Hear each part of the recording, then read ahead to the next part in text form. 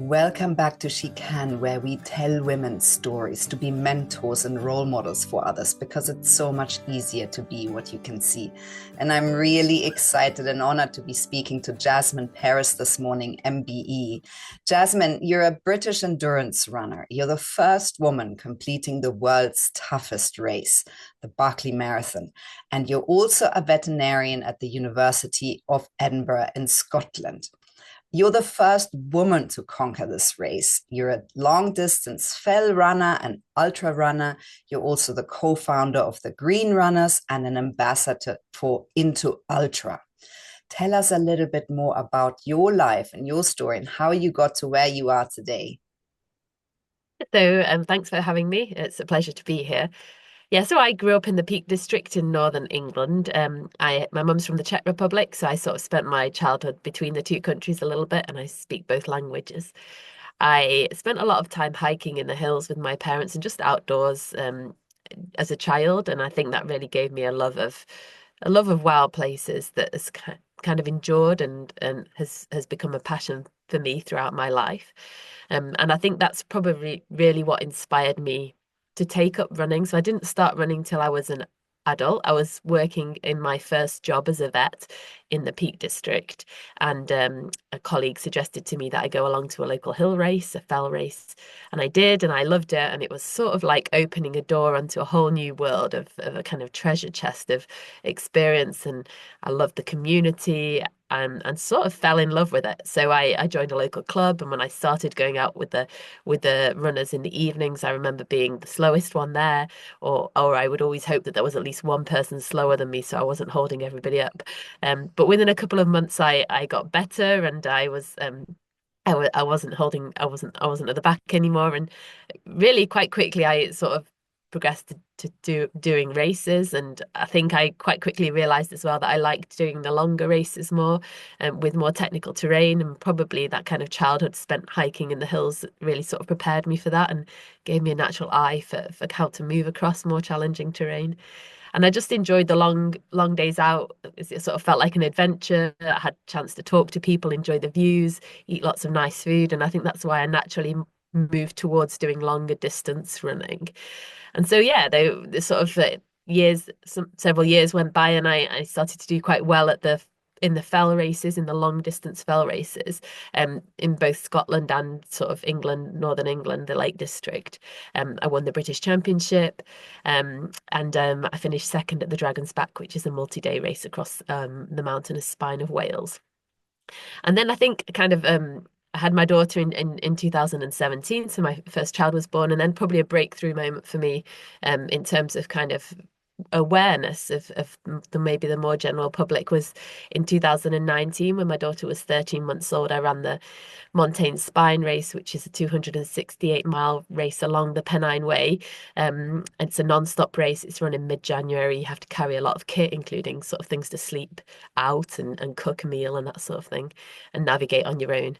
And at the time, I'd planned my daughter would be weaned, but she was actually still breastfeeding for various reasons that I won't go into. And so she was fine. She had a supply of milk in the freezer at home. But I needed to express milk, so I was expressing milk at the checkpoints as I ran the race. And it essentially the result was I won the race in a new record time by, I think, 12 hours, and the next man finished 15 hours behind me. So that at the time generated quite a lot of media attention. So I think that was kind of a breakthrough moment for me.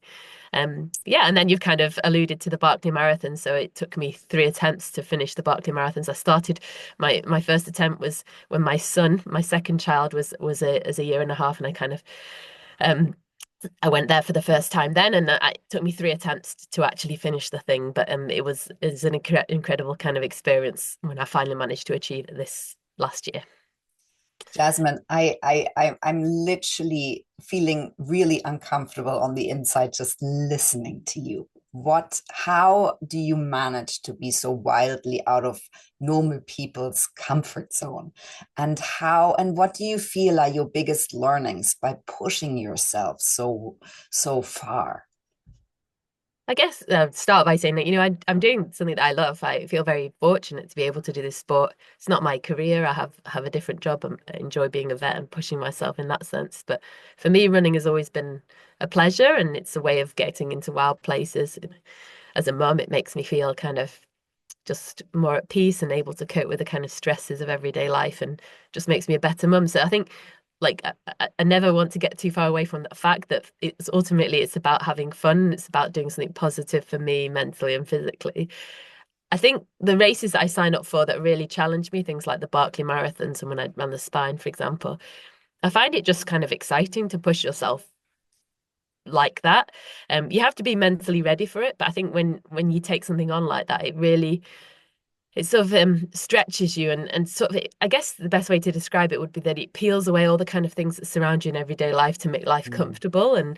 and it sort of takes all that away, so you're kind of left with the rawness, I guess, of in some ways who you are, and what you're able to achieve. And I think both with the Spine and with the Barkley Marathons, I was really surprised of at just how much I was capable of when I put my mind to it and when I really believed. So that was a very, very kind of that was very obvious this year at the Barkley Marathons. I really think that most of the reason I finished the race this year within that cutoff was just that I never gave up. And I kept believing that it was possible, even when I think most people onlookers watching had sort of concluded that I didn't have enough time to do so. So I think it was just that kind of stubborn determination and self belief that got me through. So I think I don't know if that quite answered the question, because I've sort of got is that was that a It does, it yeah. does, it does. And I just wonder, is there ever any fear involved? How do you handle that?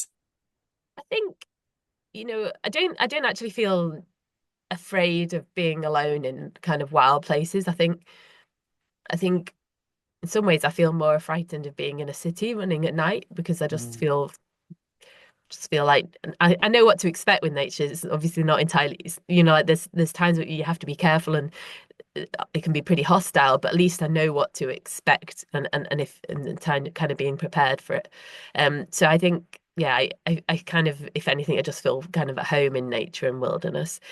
I think that, yeah, I certainly feel kind of nervous when there's something that you've really worked towards and I guess you're approaching it, and for something like the Barkley, you know that it's going to hurt, if you like, or mm, it's going to really challenge you, because an event like that really, given statistically when you approach it, I think prior to this year, no woman had ever finished, and only 17 men had ever finished in the last 35 years of the race. So statistically speaking, when you enter the race, the likelihood is that you won't finish. mm. And so you go there knowing that you're likely to hit the wall, figuratively, multiple times in that race. And it's kind of a case of keep having to try and pick yourself back up and um, yeah, and kind of assess what went wrong and what you can do better. But you're doing all this with a clock ticking all the time, because you have that 60-hour time limit to complete it. So any wrong decision is kind of critical, and you have to act very quickly to correct things. So I think yeah. Jasmine, so you've really done incredible things and you've built an incredible platform for yourself. What do you want to do with that? Well, I still feel quite surprised, really, to have this platform. It's certainly not something I set out to do. I didn't set out to be a celebrity, but it's also been something really incredible. Hearing people's stories, and certainly if people message. If one person tells you they've been inspired, it's an amazing privilege, I think, and a position to be in. So, I hope that I can use this platform really mainly to inspire people, especially women and girls. We know kind of how high the dropout rate from sport is in girls at school. So I think if I can just inspire them, um, that like I guess I had my dream and I didn't stop believing in it. And I think when people ask me how I managed to, I guess kind of break through these glass ceilings that people didn't expect were possible. I think part of it is just that I set out to do something, and I kind of ignore what the kind of general consensus is on what's possible, and I just go out and kind of discover myself what's possible. And I think sometimes being able to just make your own decisions about what's possible, have your dream, work hard, because I certainly worked really hard in terms of training to get where I to achieve what I did. But I think it was just that self-belief and that willingness, that kind of open-mindedness to not be told what was possible and to just discover it for myself. So I think if I was kind of trying to pass any message on, it would be just hoping that other people were able to take a lesson from that and do that as well. Believe in their dreams, work hard towards them, and not to be kind of influenced by what other people might think in terms of what's possible. Just discover it for themselves. Jasmine, that was my next question. What tips would you give to younger girls who really want to push themselves in sports, and who might fall into something just like you did, right? You fell into running or into fell running, and then you just kept on building on it. What other tips would you have for younger girls who really need these role models like you? Yes, the first thing would be, I kind of touched on it before. I think it's important to do something, do the thing that you're passionate about. So it's always easy to do something well if you and to be able to, dedicate yourself to it and spend those hours and actually get through the hard times as well if you're doing something that you love fundamentally. And so I think sometimes people can lose that a little bit when they're, particularly when you take on things that are hard. But if you can kind of come back to that, I find that personally myself, that I need to sometimes revisit that and remind myself of what it is I love about running in the hills. And if that means going out with friends and just having some big long days in the mountains where I don't have a watch and I'm not looking at my mileage and my ascent and any stats, I think just keeping that joy alive in it, because you always do things better if you're happy and you're enjoying it. So I think that's kind of a critical underlying thing. And then I think, if you have a dream, really go for it, believe in it, work hard towards it, because you have to kind of put everything into it. And in terms of myself, I was doing cross training, I was doing strength work, I was double training, I was kind of fitting in all these extra hours and other things. In some ways, I had to little bit push. I still did them, but I do think that if you're kind of juggling lots of things, there's a time when you kind of prioritize one thing, and then there's a time when you prioritize the other. And personally, I just have to take a bit more of a step back from the training if I'm working hard on a project at work, and vice versa. So I think that's kind of another tip. But ultimately, I think believe in what you want to do, and yeah, don't be afraid to go after those dreams. Jasmine, I wonder if anything changed for you when you became a mom. Our bodies change. Yeah, so I think, yeah, lots changed. I mean, if you're a runner, when you're pregnant, then things change hugely because you're lugging around this lump. And with my first child, I was able to run till the day she was born. With my second, I could only run till about halfway through the pregnancy. And then after that, I could just only run uphill. So I would do hill reps, just running up the hill and then walking back down just to try and keep a bit fit. Um, and then you kind of have that whole thing of getting fit again. So it's going right back to the start and building up again. And that can be difficult because it's kind of almost like a drug, being, having a sport, and it's a kind of an addiction, and it gives you your endorphins and it's part of who you are. So it's that whole, I think many people struggle with that when they've had a child, is that kind of just finding yourself in amongst that all. And you obviously love being personally, I loved being a mother, but you just need to keep. And I think for me, that running's been really important in that way. It's sort of kept my link to who I am as a person, aside from my work role and aside from my role as a mum. It's just a way of kind of reconnecting with who I was before all of that. So yeah. Jasmine, so you are leading with your story, which I think is the most powerful way of doing things. What type of a leader do you want to be? How do you lead? How do you want to lead?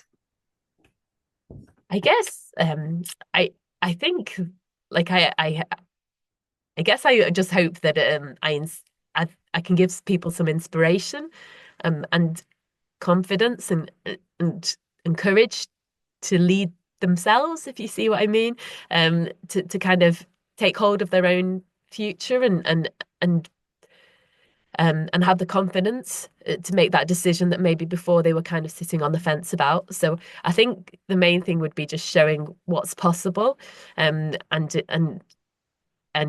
in that way, sort of opening a door to those kind of things, those ideas, those dreams that have been put into a kind of cupboard as being unachievable. Maybe that door can be opened if people have have an inspiration or as kind of role model to show them that that's possible. So I think that would probably be the way that I would lead. I guess by example, and and I'm always willing to, like, I'm always delighted to go for a run with anybody else and inspire them in that way as well. So yeah. Amazing. Jasmine, so do you feel that you have acquired qualities that serve you in everyday life by doing what you do? Absolutely. I think, well, if I was to say, for example, for Barkley, the race that I ran, finished last year, that as the first woman, unlike I think often after I run a big race like that, it's incredible actually looking back. It really stands out in your memory as being something in the kind of passing of time that really stands out, like you really lived for that moment when you were when or for those 2 days or 3 days or whatever that you were running that race. It's really formative, I think, in who you are as a person and going forward. I think for Barkley, it was really notable afterwards how long it kind of remained there as a really warm thought whenever I thought about it. It kind of I kind of glowed from inside, and it was this kind of mixture of like self-confidence and delight at that. I'd keep reliving that final moment when I actually did it, and it was almost I always find it hard to believe that I actually did do it. And so it's kind of every time you think of it, it would be like rediscovering that moment. Oh, yes, I actually finished it, because it's been a 3-year project. So essentially I failed at it twice. And then the third time I managed to achieve it. So I think that kind of added to the enormity, the weight of that kind of satisfaction, I guess. And what I would say is that it gave me this confidence, and I think that that's nothing to do with the interviews or the recognition or any awards or anything. It's to do with and it's to do with knowing how hard I had to push myself and how much I put myself through in the later loops of that race, and how I didn't stop believing even when most people had. I think that gives you an enormous amount of self-confidence, knowing personally inside what you were able to do. And I think that applies to the rest of life as well. So I definitely feel like that a bit. It's definitely changed something kind of going for me and forward in the rest of life as well. And sure, I still have moments when I kind of really doubt myself, and I think that's just the sort of person I am, and feel like an imposter in certain situations. But I think it was remarkably good for my self-confidence and just kind of feeling of self-worth and contentment. And so all those things are really positive outcomes. Jasmine, I think it must be incredible to be able to rely on your body like that, to know that you have such an incredibly strong body to achieve those ultra runs and conquer them. Yeah, but the interesting thing is I think a lot of people do. Like I think that it's just that I tried it out. I somehow feel like um I think if people I think if people don't really know till they've tried it. Yeah. So Yeah. it's only because I took myself to those extremes, and then I was surprised, like you can still keep going. You can get back up off the floor when you fall over for the millionth time, and get up and do it again. So um I think that people have to be in the situation where they really want to do it, but when they are, and there's something really kind of that they really really want that's worth it to them, then they'll be surprised about how much is really possible. Mm. So that's why I think, with ultra running or whatever it is, people get out there and give it a go, and they'll just surprise themselves. I'm sure Ja- that applies to lots of other things as well. yeah, yeah, I'm sure. Jasmine, I'm wondering what are the challenges that you face with this, with this incredible purpose that you have, because much more than a hobby, it's really a purpose. And do you mean in terms of the challenges of when I'm doing the events? Is that? Well, I'm wondering if you face what are the challenges you sort of face and how do you overcome them? I mean, like just kind of on a basic level, when you're doing a race like Barkley, the challenges are, having to navigate because that race is not marked, having to the amount of climbing you do. So that race has, I don't know, in the kind of 5 loops, you do the equivalent of climbing Mount Everest twice, in the course of the race. The terrain's really challenging, so you're often going through, there's places where there's brambles and they're essentially past your head, and kind of unlooping them from your neck and your ear, and they get into your groin, and you can't literally, like, it's a wall of brambles and you have to find a way through. So it's not all like that, but in places it is super steep, so you'll be sliding back down again. You spend a lot of time falling over on your way down, and as I say, then you have to kind of do all that in the darkness as well on your own because it's pretty isolated. So those are all kind of, in terms of Barkley, and that's just one race, and other races aren't as difficult as that. But those are the kind of challenges you face. I think mentally, I always say that I think at least 50% of ultra running is in your head. So Mm. the biggest challenge probably in all of it is just not not losing not losing the kind of faith that you can do it, and also um not giving into the kind of the lure of stopping, I guess. Because Yeah. so when you're kind of really when you're going through something pretty hard, then that's probably the biggest thing, is mentally how to keep going. And I think naturally I struggle with that less than other people, just simply because I'm really driven, and once I've put my mind to something, I'm pretty stubborn in terms of not wanting to stop. Yeah. Jasmine, so what are you most proud of all of these incredible races that you conquered and awards that you received? I think the Barkley Marathons, just finishing it, um, was, yeah, it's just an incredible personal satisfaction. The fact that it was, 3 years of kind of work to that moment. Yeah, but I think the main thing was just how that I know what I did in that race. There's like a real joy when you know you did something as well as you could, and just how hard you had to work for it, even when it was so hard.